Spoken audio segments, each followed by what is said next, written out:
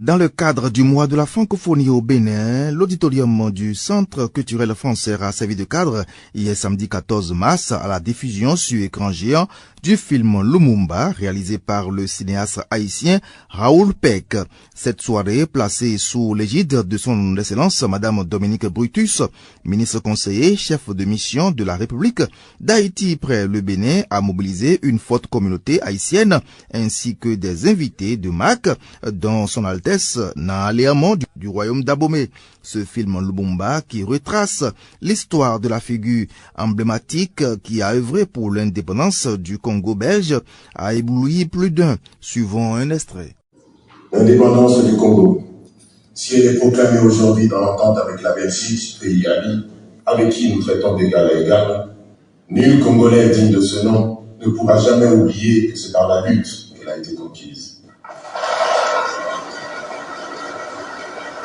Une lutte dans laquelle nous n'avons ménagé ni nos forces, ni nos privations, ni nos souffrances, ni notre sang.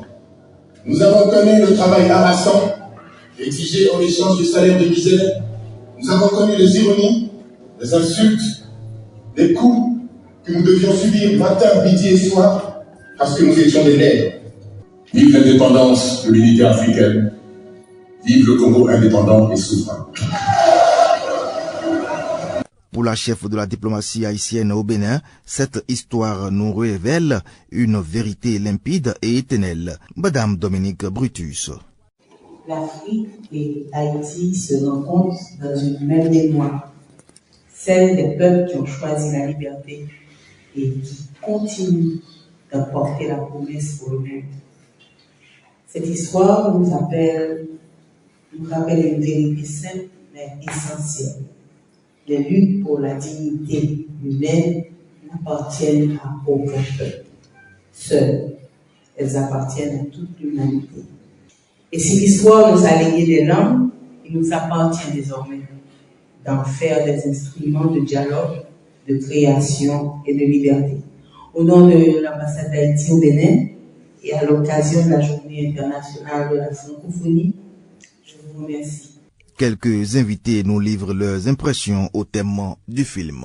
Monsieur Soba Nico, qu'est-ce que la génération présente, aussi le futur, va retenir de ça? Je vais remercier nos cousins qu'on a emporté lundi, qui sont venus nous relater l'histoire. Là, je me dis, bon, qu'est-ce qu'il faut faire? La politique, le développement, tout ça, c'est un mélange, je ne sens pas. Dimitri Chatondi Farondo, je suis enseignant à l'INMAC, à l'Université de Bourg-Canabi. Je suis producteur de films béninois. Je suis le délégué général des rencontres cinématographiques. De manière générale, vous devez comprendre que ce genre de film qui nous parle, d'abord, si je dois remonter l'histoire, vous savez que l'Haïti et le Bénin partagent un lien historique et puis des liens aussi culturels. Donc, c'est un peu comme un Africain qui a fait ce film. Donc, quand on parle de l'Haïti, moi, je le retrouve en plein en Afrique. Et ces gens ne font que restituer la mémoire.